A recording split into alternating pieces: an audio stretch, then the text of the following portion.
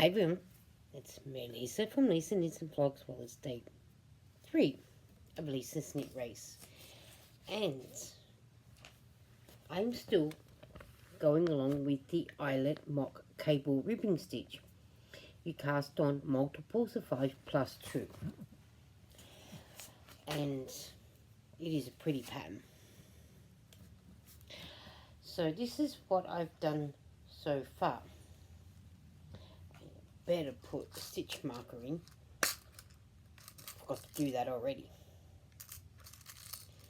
So I'll put it in now. So in that way it is in. So in that way, and stitch markers are your best friends, guys. Because in that way it tells me exactly where I'm up to, telling you guys how many days it's done. That I've done. So put that in there.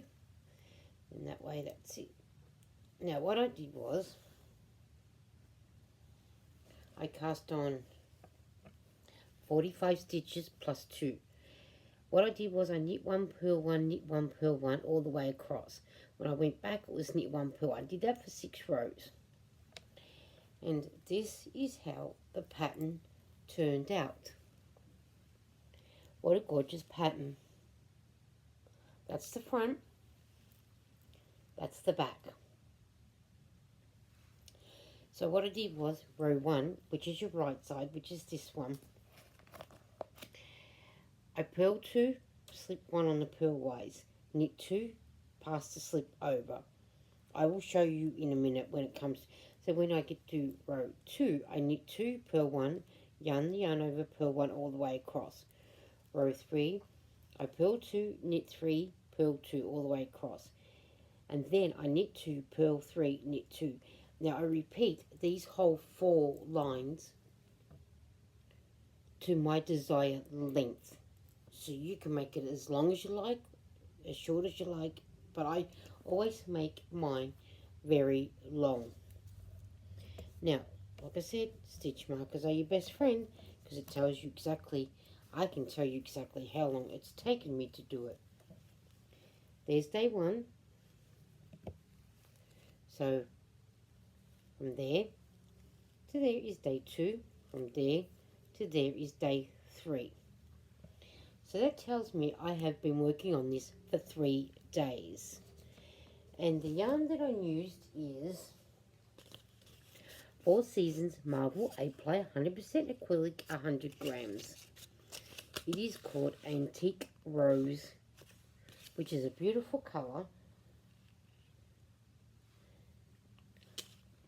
It's made for Spotlight Pty Ltd. www.spotlightstores.com. That's where we go to get our yarn. There's other shops we can go to, but this is where I go. Cool hand wash, do not bleach, do not tumble dry. Dry flat in the shade, low iron, dry cleanable. There's 270 meters per ball.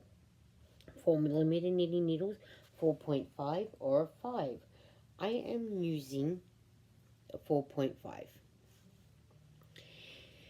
But for crochets, you could probably use the same, but your crocheting tension would be different to mine as a knitting, which is 22 stitches by 30 rows, 10 centimeters by 10 centimeters square, made in India.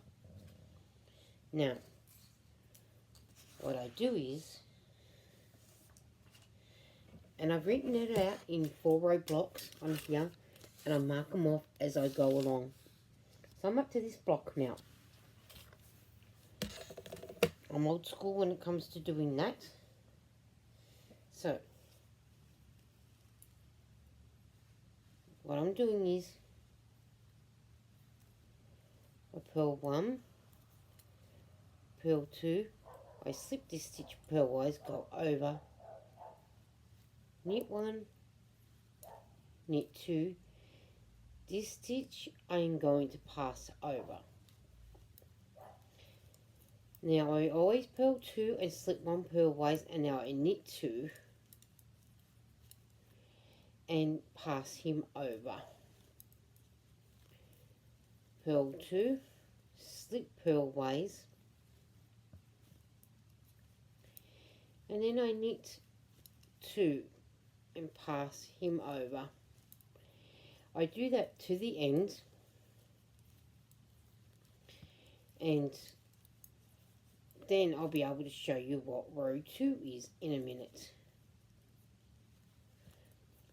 It's a nice easy pattern for people to be able to do. I would say this is very knitting beginner. I think a beginner, anyone that's learning how to knit would be able to do this. If they want to challenge this at first till their knitting skills get a little bit more, well, you can just garter stitch a scarf all the way up, or you can knit and purl if that's what you want to do. But when I finish making this scarf, it will be donated to Kogo, which is Knit One Give One, because they're always screaming for scarves, and I've been trying to make as many scarves as I can. In my bag I've got over on the box, I've got 2 scarves already and a baby blanket to go. Once that bag is full, I take that up and donate, and then I start on the next bag. I've got quite a few bags to fill sitting over there. So then on the second row, row 2, I knit 2, and then I purl 1, yarn the stitch over, and then I purl 1, and then I knit the 2,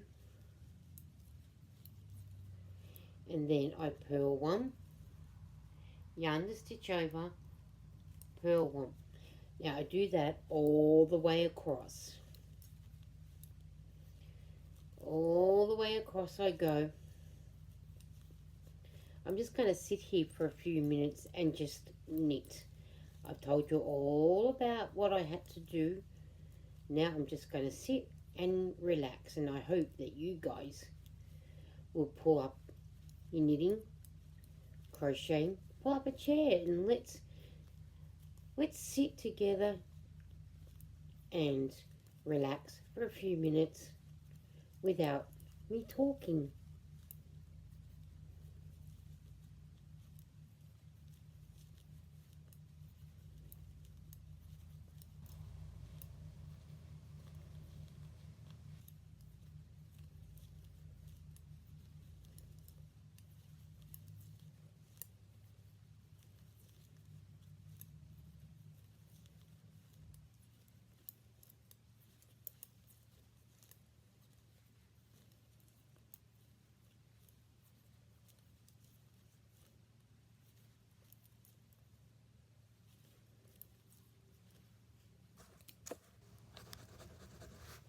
I mark my 2 rows off, so then that way I know when I move away, I know that's what I'm up to, where I'm up to.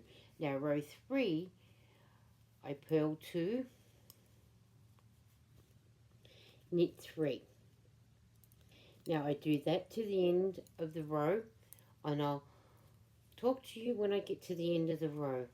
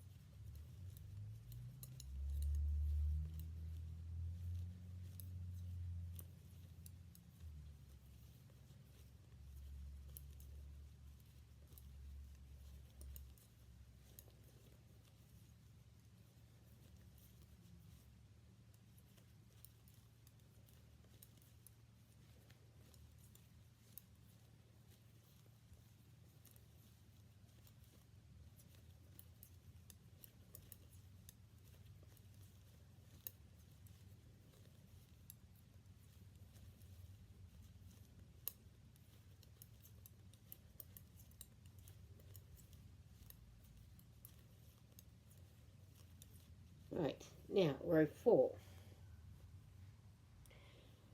I knit 1, 2, and I purl 3. I do the opposite to row 3, and then once I've done row 4, I go back to doing what I did in rows 1 and 2. Now this is my first 100-gram ball that I'm using, and I'm probably about halfway through. I've probably used about 50 grams already. I'm not sure how long this will go for. But I do like making my scarves very long. So then that way, when our winters are very brutal, people get to wrap the scarves around a couple of times to keep nice and warm. So it'll no doubt use another 100-gram ball. But then again, it may not. That's something that I will have to work out. But we'll see. We'll find out once the time comes. I do have 3 more 100-gram balls sitting over in my box in the corner, which I doubt it'll take all 3 of them. But once I got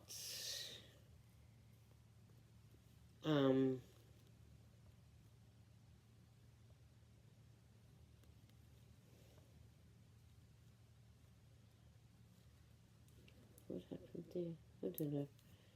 Once I get and then whatever I got left, I'll probably make something else out of it. I don't know. Right, now I've come to the end, and I'll be able to mark it off, and then I'll show you what I've done. Mark that one off, so then that way it is done.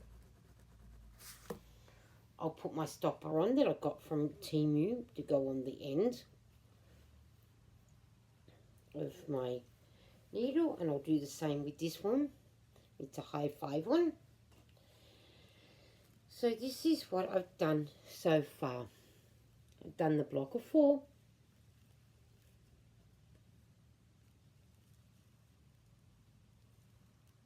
From the stitch marker. So I do hope you get the chance to like and comment, even if it's a little love heart, and I will see you on the YouTube streets.